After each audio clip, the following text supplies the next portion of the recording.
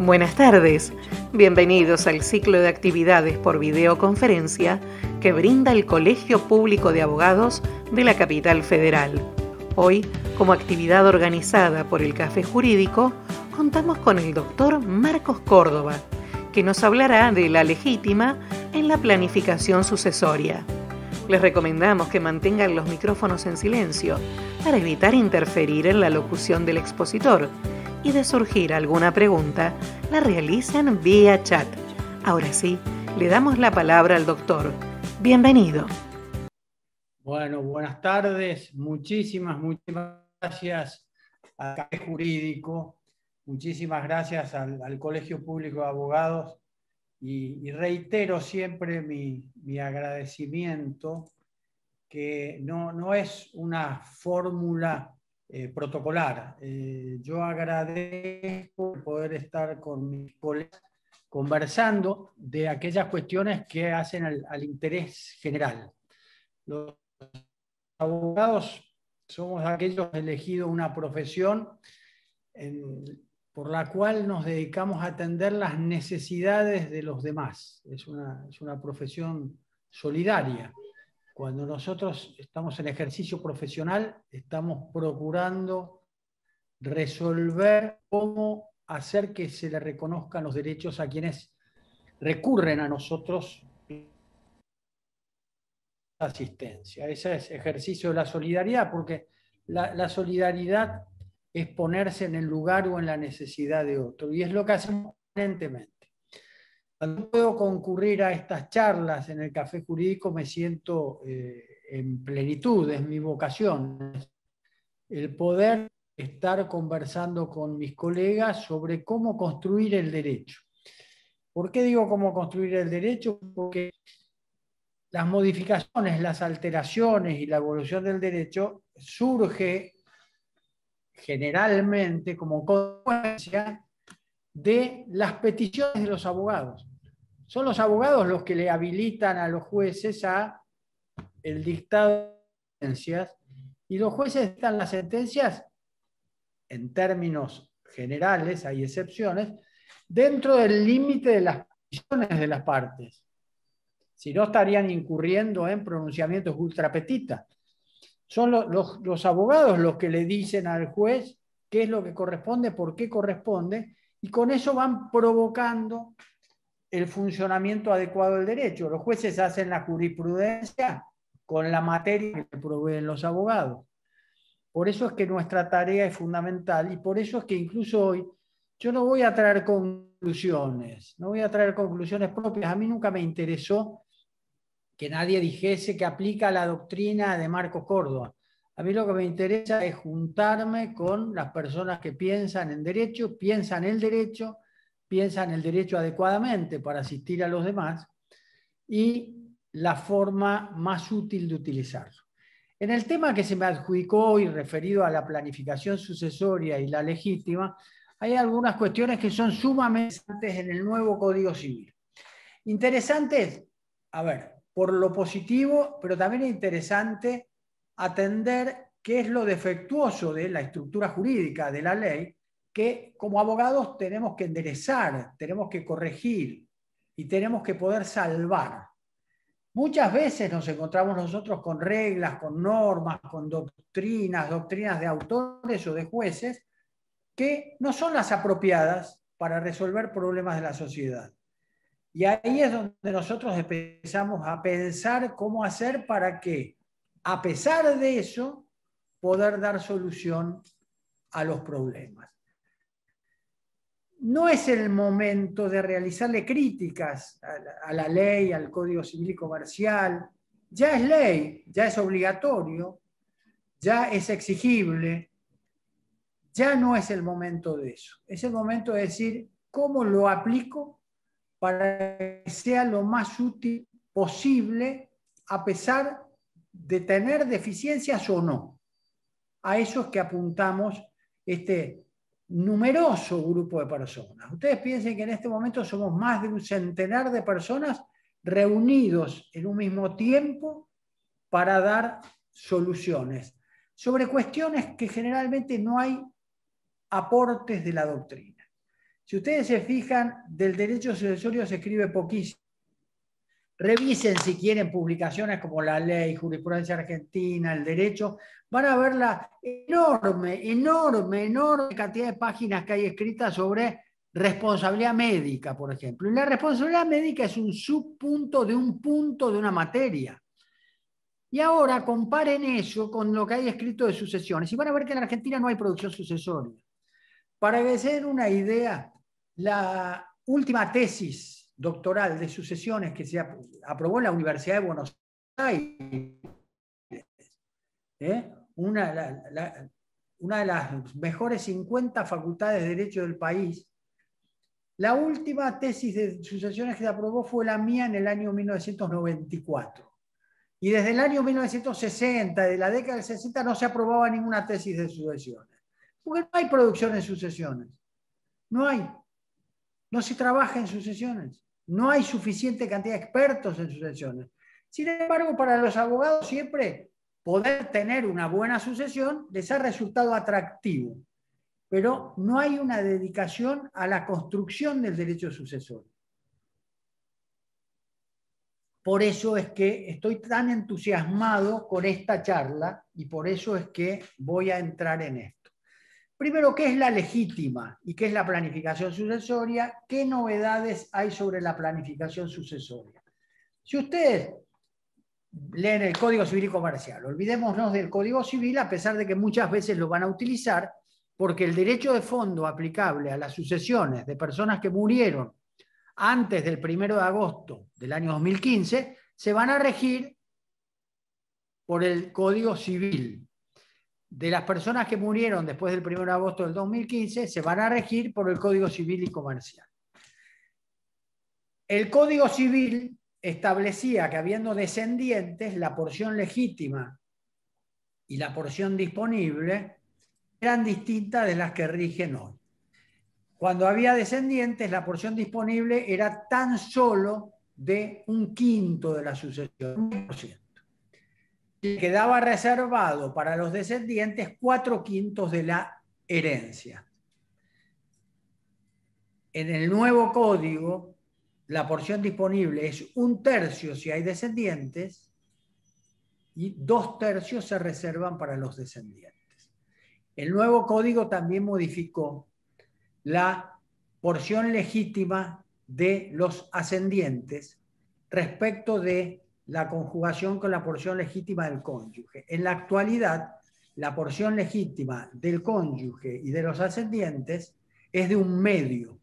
Ya no es más de 2/3 como era la de las ascendientes en el pasado. Esas son las porciones legítimas. Si concurren descendientes con cónyuge y ascendientes, tenemos que ver cómo juega la legítima. Los descendientes excluyen a los ascendientes tanto los bienes propios como los gananciales. Los descendientes concurren con el cónyuge en los bienes propios, pero respecto de los gananciales del muerto, desplazan al cónyuge. Es decir, el cónyuge, en caso de haber sociedad conyugal, se lleva la mitad del valor de los bienes por disolución de la sociedad conyugal en esta de las porciones, porque ahora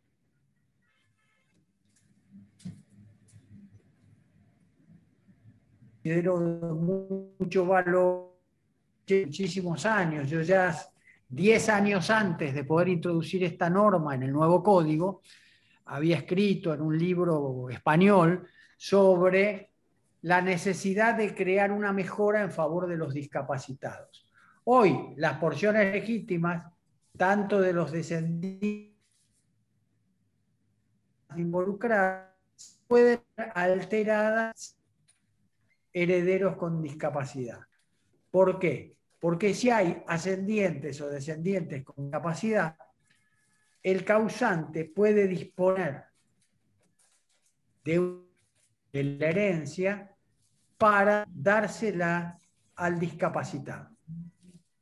La misma ley describe, tipifica la discapacidad. Nada tiene que ver esto con el certificado de discapacidad.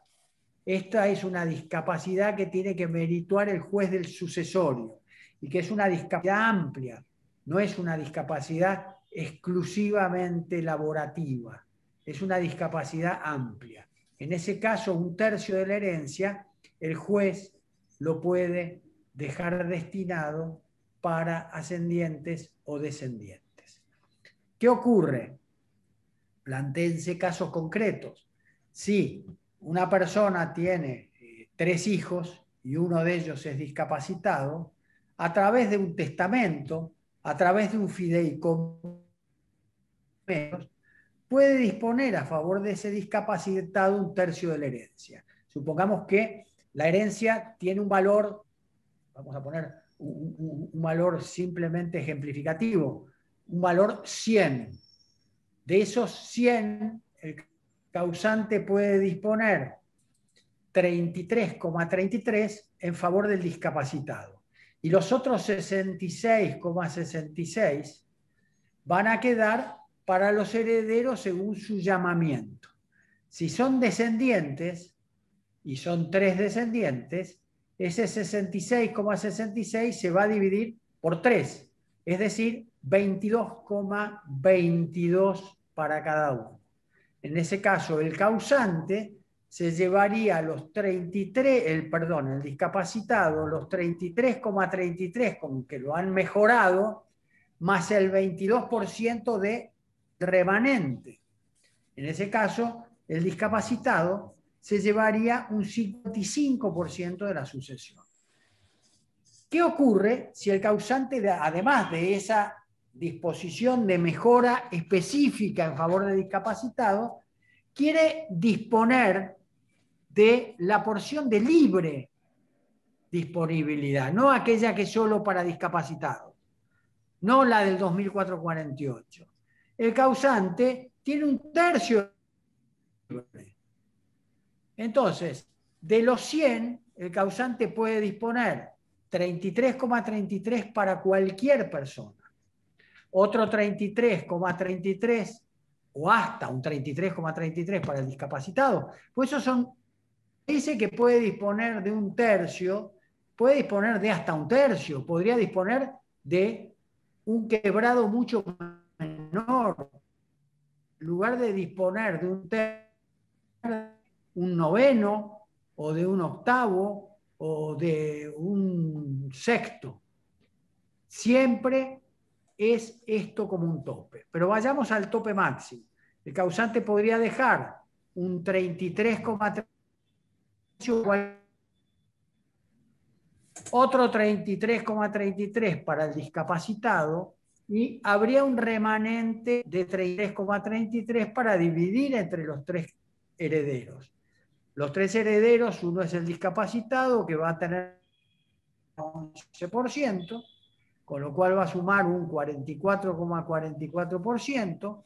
El tercero ajeno se va a llevar un 33,33 y cada uno de los otros 2 descendientes un 11,11 del total. Ahora, de carácter solidario.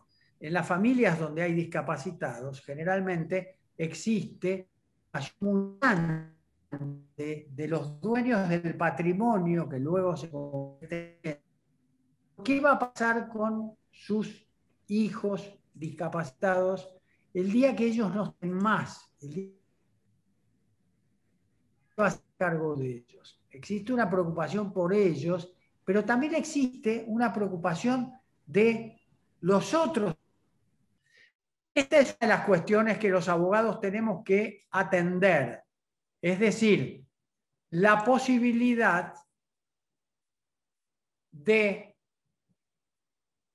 usar el artículo 2448 y las facultades que de él resultan. Otro tema para atender, especialmente en la nueva legislación, resulta del artículo 1010 del Código Civil y Comercial. Yo le pediría, si alguno de los asistentes tiene a mano un Código Civil y Comercial, que me lo haga saber, que habilite su micrófono y que me lea el artículo 1010. En caso de que nadie lo tenga a mano, les diré yo el contenido del artículo 1010 o buscaré un texto para leérselos. ¿Alguno de los presentes puede leerme el artículo 1010? Doc, ahora se lo leo yo, que no quiero habilitar micrófonos por el problema que hay técnico, Bueno, así no tenemos problemas.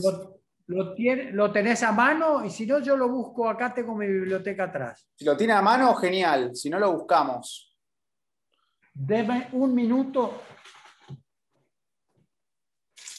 y se los leo yo si tengo buen sonido.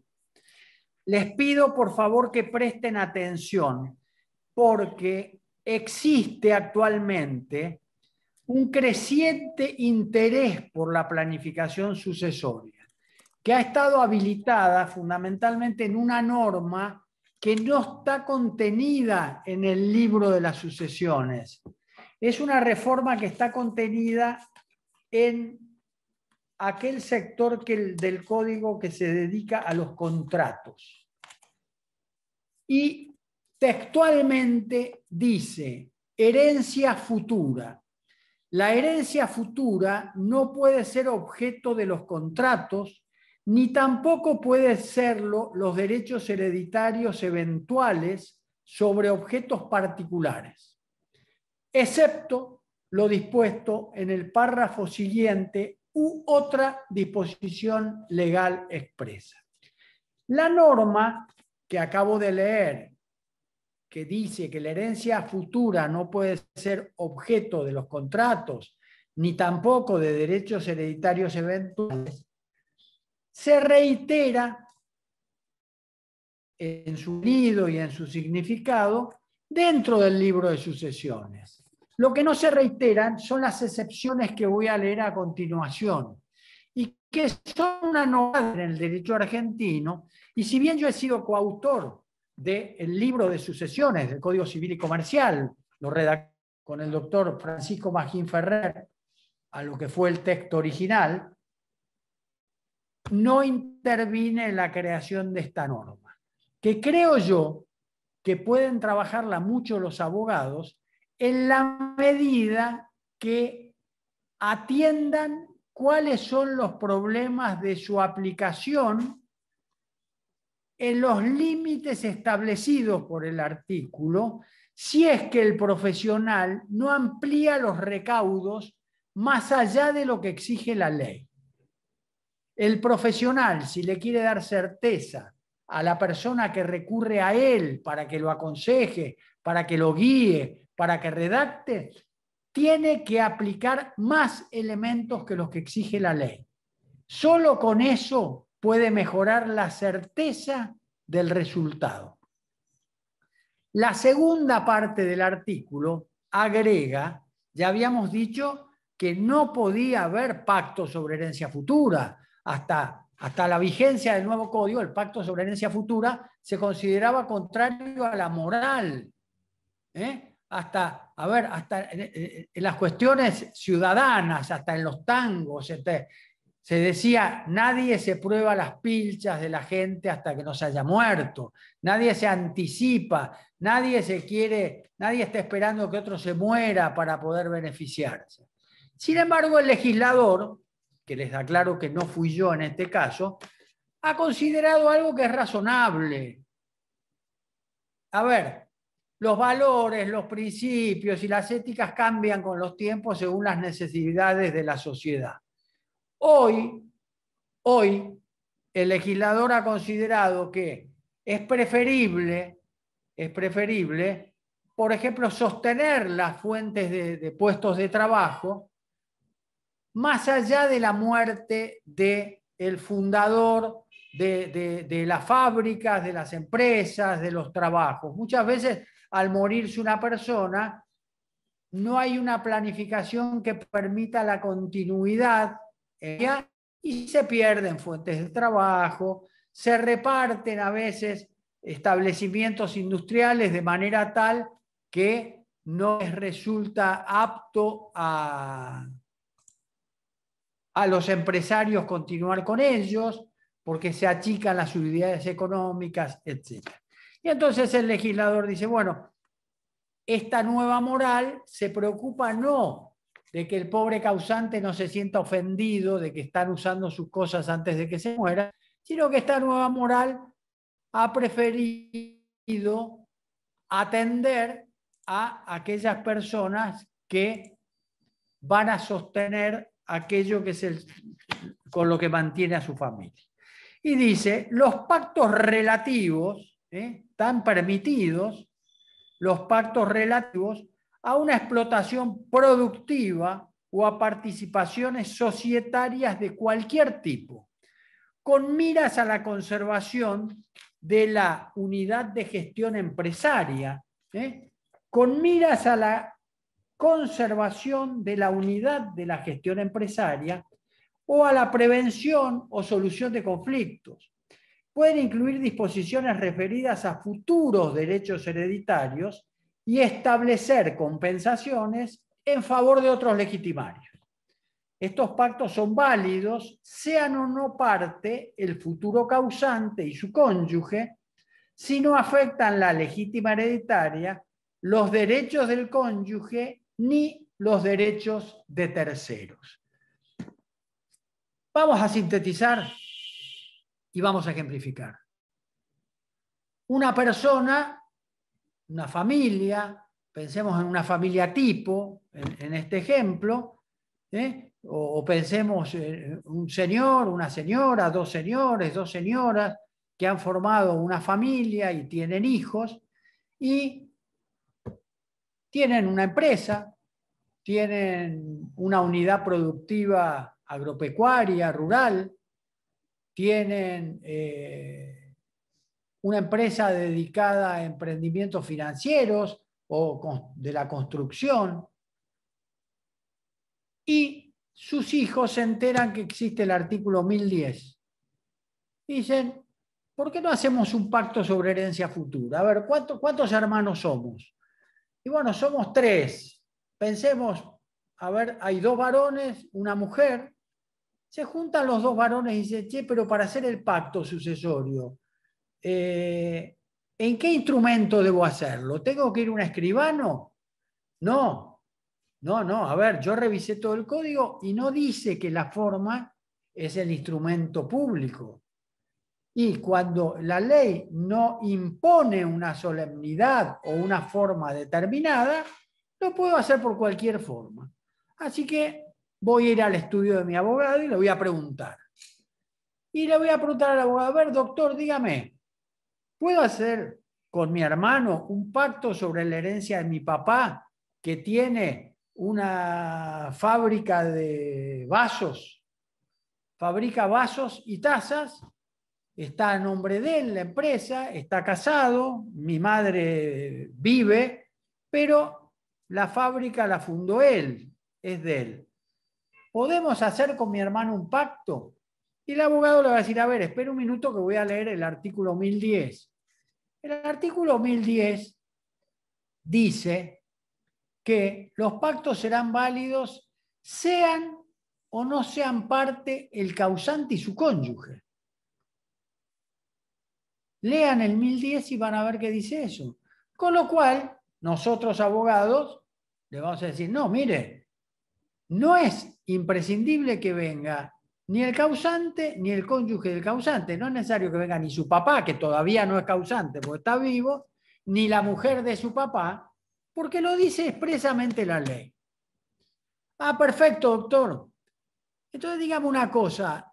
Tenemos una hermana. ¿Es necesario que venga mi hermana?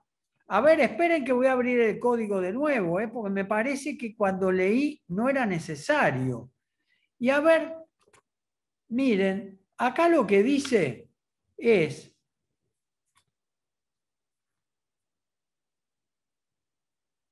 que estos pactos son válidos, sean o no parte el futuro causante y su cónyuge, si no afectan la legítima hereditaria. Es decir, que en la medida que no afectemos la legítima de su hermana, la ley dice que son válidos. Entonces estos dos señores hacen un pacto de herencia futura. ¿Cumplimos con los recaudos de la ley? Sí, lo hayamos hecho ante escribano, ante un abogado que no es escribano. La forma puede ser instrumento público-privado. Cumplimos con la forma. A ver, no vino el cónyuge, no vino el causante, no vino una hermana. ¿Es válido? Y si en la medida que nosotros en el pacto salvamos la legítima de la hermana y salvamos la legítima de la cónyuge, es válido. Dijimos, miren, nosotros dos nos quedamos con la fábrica, a nuestra madre le dejamos la casa que vale bastante más plata que la mitad del total del patrimonio, y además a nuestra hermana le dejamos el dinero en efectivo que hay en el banco, que es una fortuna. Vale más que la fábrica incluso, o vale, está a salvo su legítima. Hemos cumplido con la ley, hemos cumplido perfectamente con la ley. Hemos cumplido con esta ley, con este artículo 1010, hemos cumplido. Ahora, veamos un poco algunas cuestiones que tiene establecido también la ley. La ley, por ejemplo, tiene un artículo, que es el 2372, que dice licitación. Cuando cualquiera de los copartícipes puede pedir la licitación de alguno de los bienes de la herencia para que se le adjudique dentro de su hijuela por un valor superior al del avalúo aquel bien por el que ofrece más de lo que vale. Pero no solamente eso. Dice también que existen atribuciones preferenciales. Por ejemplo, el cónyuge sobreviviente o un heredero puede pedir también la atribución preferencial de la propiedad o el derecho de locación del inmueble que le sirve de habitación. Puede pedir la propiedad o el derecho de locación del local de uso profesional donde ejercía su actividad y de los muebles existentes en él. Puede pedir la atribución preferencial del conjunto de las cosas muebles necesarias para la explotación de un bien rural realizada por el causante como arrendatario o aparcero. Pero además de esto, el cónyuge sobreviviente a un heredero puede pedir la atribución preferencial en la partición con cargo de pagar el saldo, si lo hay, del establecimiento agrícola, comercial, industrial, artesanal o de servicios que constituyen una unidad económica en cuya formación participó. En caso de explotación en forma social, puede pedirse la atribución preferencial de los derechos sociales, si ello no afecta a las disposiciones legales o las cláusulas estatutarias sobre la continuación de una sociedad con el cónyuge sobreviviente o con uno o varios herederos.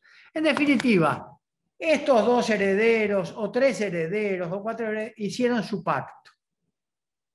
Lo hicieron como dice la ley. No trajeron ni al causante, ni al cónyuge del causante, ni a los coherederos. Cumplieron con la ley. Ahora, nosotros como abogados, que les dimos lo que la ley dice que se les puede dar, les vamos a poder decir, miren, vayan tranquilos que esto que ustedes se adjudicaron va a ser de ustedes. Les vamos a poder decir, vayan tranquilos que lo que ustedes se repartieron va a ser de ustedes. Es más, lleven el pacto a un banco, tranquilos, muestren que cumplieron con el artículo 1010 y pidan un crédito. El banco no les va a dar el crédito, ni sus clientes están seguros que van a recibir eso. ¿Por qué?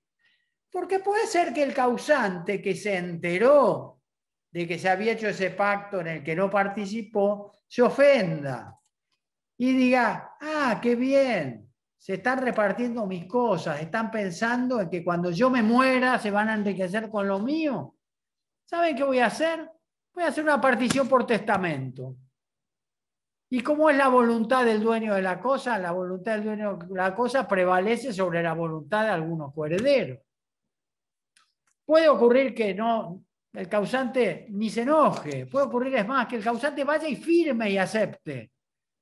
Pero ¿qué pasa si el causante después contrae una deuda y después de contraer una deuda viene un acreedor del causante y le ejecuta alguno de los bienes que fueron parte de la partición, ya sea a favor de los que pactaron o a favor de los legitimarios que no participaron del pacto, pero sin embargo se les había reservado ese bien para cubrir su legítima? Eso que hace ese tercer acreedor hace caer el pacto. Pero continuemos. No pasa nada de eso. Ni el causante se opone, ni hace partición por testamento, ni aparece un acreedor. Simplemente se muere. Cuando se muere, aparece otro coheredero que no firmó el pacto. Dice, señores, vengo a hacer uso de la facultad que me dan a mí de atribución preferencial de un bien. Así que ese bien que se adjudicó a alguno de ustedes es para mí. Y el juez se lo va a tener que dar a él porque la ley ordena que se atiendan las atribuciones preferenciales. En definitiva, esto nos lleva a decir, señores, ¿para qué sirve el artículo 1010? ¿Para qué se puso en la ley? Y bueno, partimos de la base de que yo no voy a criticar la ley, sino que voy a tratar de usarla. Se equivocó el legislador, pero está. Y la realidad es que la idea, la motivación de crear la posibilidad de un pacto sobre herencia futura es buena, mantiene las fuentes de trabajo en un país donde tenemos un índice enorme de desocupación, donde además está muy bien que haya una atribución preferencial para los discapacitados. ¿Por qué? Porque los discapacitados no pueden ser atendidos por el Estado, porque el Estado es impotente económicamente para atender satisfactoriamente a todos los discapacitados. Todos estos elementos están bien. Lo que no está bien es cómo se instrumentó. El pacto sobre herencia futura, en todos los países del mundo en que existe, requiere la firma del causante. Requiere la firma del causante. Hay un solo pacto que se denomina pacto de herencia futura, que no requiere la firma del causante en otro país, pero que en realidad no es un pacto de herencia futura. En Alemania, los contrayentes pueden renunciar a recibir los bienes que su futuro cónyuge reciba con carácter hereditario.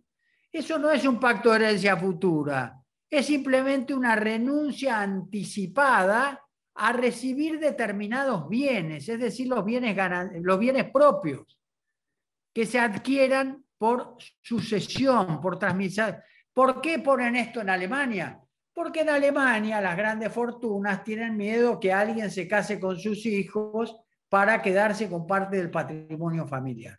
En definitiva, no es un pacto de herencia futura, simplemente se dice, mire señor, mire señora, usted me va a heredar, pero no me va a heredar en lo que yo reciba de la herencia de mis padres. Me va a heredar de lo que ganemos conjuntamente con nuestro trabajo. Nada más. En la Argentina se ha puesto pacto de herencia futura y puede no participar el causante, el cónyuge, los coherederos y se dice que es válido. No, puedo, pero no lo voy a poder ejecutar si pasa cualquiera de las contingencias que les dije. Entonces veamos cómo es el pacto de herencia futura, por ejemplo, en Suecia. En Suecia, para que el pacto sea válido, debe firmar el causante y una vez que firma el causante, el bien queda indisponible para el causante. Ese bien el causante ya no puede disponer de él y ni siquiera se lo pueden atacar los acreedores. Ese bien sale de la disponibilidad del patrimonio del causante. Entonces queda garantizado y además participan todos los coherederos. Por aplicación analógica, mi consejo es, si alguien les pide que los ayuden a hacer un pacto de herencia futura, díganle que con mucho gusto, pero no nos vamos a limitar a lo que dice la ley. ¿Por qué?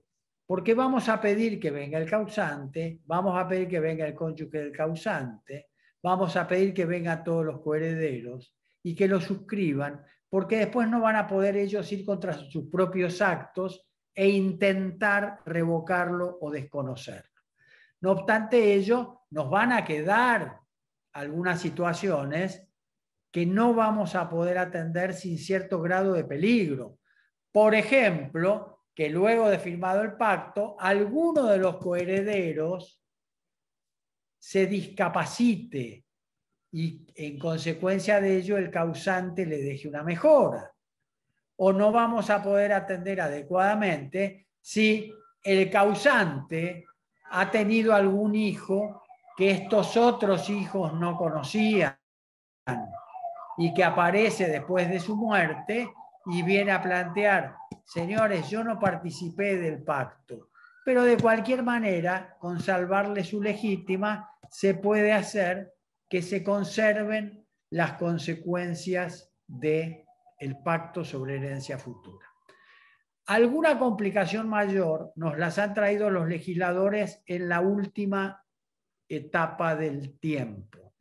Se refiere a la posibilidad de las donaciones, que luego de transcurrido un plazo de 10 años desde la entrega de la cosa, ya no puede ser objeto de acción rei persecutoria y que además el tercer adquirente a título oneroso se presume su buena fe y no puede contra él pedirse una reducción del monto de aquella cosa que el causante donó. Esto fue un logro de los escribanos que ya lo habían intentado desde hace más de medio siglo, nunca lo habían logrado. Nunca lo habían logrado. ¿Por qué? Porque esas donaciones puede ocurrir que afecten la legítima. Una persona le dona algo a un heredero o a un tercero, pasa un tiempo o se lo transmite a un tercer adquirente a título oneroso y por más que se vea afectada la legítima con un título gratuito, no vamos a poder nosotros ir con una acción de reducción. Sí nos va a quedar una acción de colación contra un coheredero, pero solo en los límites de aquello que recibe el heredero. Si lo donado existe en los límites de la cuota del heredero, sobre el remanente no tenemos acción. Por último, respecto de esto, cabe aclarar que hay que ver cómo se plantea esto ante los jueces. ¿Qué pasa si un causante le dona un bien a alguien y luego a su muerte hay algún heredero con discapacidad que ha sido sujeto de una mejora? ¿No regiría ahí la Convención de los Derechos de los Discapacitados, que tiene jerarquía supralegal según la Constitución Nacional y por lo tanto va a prevalecer sobre la ley ordinaria que modificó el Código Civil y Comercial en cuanto a las donaciones? No lo sé. Dependerá de la habilidad que tengan ustedes para plantearlo y el concepto de justicia que tengan los jueces al resolverlo. Me dijeron que hable 40 minutos y van 41 minutos. Me interrumpí un minuto porque se me cortó la señal, así que hablé 40 minutos. Gracias, preguntas que quieran hacerme. Muchas gracias. Doctor, le paso un par de preguntas que fueron llegando por el chat. La primera, el doctor Guida, que pregunta: ¿las acciones de una sociedad anónima que está a nombre del cónyuge supérstite entran en la sucesión del marido fallecido o solo forman parte del acervo sucesorio las que estén a nombre del causante? No, la pregunta es buenísima, buenísima, y requiere de un conocimiento amplio del derecho, ya el solo poder hacer la pregunta, no la respuesta. A lo mejor la respuesta que yo dé no tiene mucho conocimiento del derecho, pero la pregunta la tuvo. La cuestión es así: cuando se muere uno de los matrimonios, hombre, mujer, sea matrimonio de personas del mismo sexo o no, además que se produce su muerte y la transmisión por causa de muerte, si el matrimonio en el régimen que denominamos de sociedad conyugal o comunidad, simultáneamente también se disolvió la comunidad de bienes de matrimonio. Es decir, se disuelven dos comunidades. Se forma la comunidad hereditaria y se disuelve la comunidad de bienes conyugales. ¿Hasta ahí me siguen? Como se disuelve la sociedad de bienes conyugales, hay que liquidarla. Y en la liquidación de la sociedad conyugal entran todos los bienes gananciales de ambos cónyuges, del muerto y del que está vivo. Y sobre eso se efectúa una reducción. ¿Cuál es la reducción? Se toman los bienes del cónyuge vivo y los bienes del cónyuge muerto. Se paga a los acreedores del cónyuge vivo y a los acreedores del cónyuge muerto, o se dejan previsiones para pagarle en el futuro. De ahí nos queda el remanente de lo que es el cuerpo de bienes de los dos cónyuges. Ese remanente se une en una masa común, que es la sociedad conyugal. Con eso se pagan las cargas comunes del matrimonio, es decir, los acreedores de los gastos de mantenimiento del hogar, escuela de los hijos, etcétera, etcétera. Y el remanente se divide por dos. En ese remanente, seguramente, pueden entrar las acciones de la sociedad de este cónyuge que está vivo y va a tener una atribución preferencial a él. ¿Por qué? Porque trabajó en esa explotación, porque le correspondían, porque le pertenecían. Pero muchas veces ocurre que lo único que queda es eso. Supónganse una mujer que hizo, no sé, compró acciones de una fábrica y el marido era abogado. Con lo que ganaba el marido se pagó el colegio, la comida, la casa, etcétera, etcétera, o lo que fuese. Se consumió. Lo único que fueron las mujeres. Y queda la mujer y los hijos. ¿Qué quedó de esas acciones? La mitad se la van a llevar los hijos y la otra solamente le queda al cónyuge. No sé si soy... No es fácil, pero les repito, muerto un cónyuge, las deudas cada uno con sus bienes gananciales. Se juntan los remanentes con esas cargas comunes y el remanente se divide por mitades. El cónyuge vivo se lleva su mitad del valor de lo que quedó. La mitad del valor pueden haber sido las acciones, o a lo mejor al cónyuge supérstite, en lugar de las acciones que eran gananciales, pero de él, le dan la casa donde vivían y las acciones se las dan a los hijos. Pero entran. Ocurre que muchas veces se hace una pequeña trampa y la gente, muchas veces guiada por mal consejo, se le dice, miren, pongan los bienes a nombre de sociedades y se evita la sucesión. No, señores, en la sucesión entran todos los derechos activos y pasivos del causante. Si usted no denunció acciones en la sucesión, puede pasar muchos años y se presenta un coheredero, un acreedor y dice, amplío denuncia de bienes. Las acciones no fueron partidas. Todavía no fueron partidas. Hay que ampliar la partición y deben ser partidas. No sé si con esto le respondo. Doctor, la última pregunta y cerramos del doctor Grispino. Pregunta, ¿qué pasa si el futuro causante, luego de suscribir el pacto, enajena el bien? Si el futuro causante, luego de firmar el pacto, enajena el bien, el pacto no le es oponible al tercer adquirente, con lo cual se frustró el pacto y no se puede llevar adelante. Por eso es que yo les hablo de las inseguridades del pacto. Puede ser que enajene el bien voluntariamente o forzadamente, adquiere una deuda y le ejecutan el bien.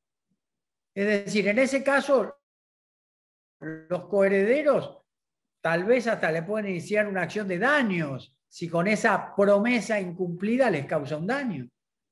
Pero nada más. Es lo que provoca la transmisión. Hasta que no hay transmisión. Por lo tanto, los herederos tan solo tienen una expectativa de derecho, no un derecho. Solo una expectativa, o sea que tampoco puede hablarse de que haya daño.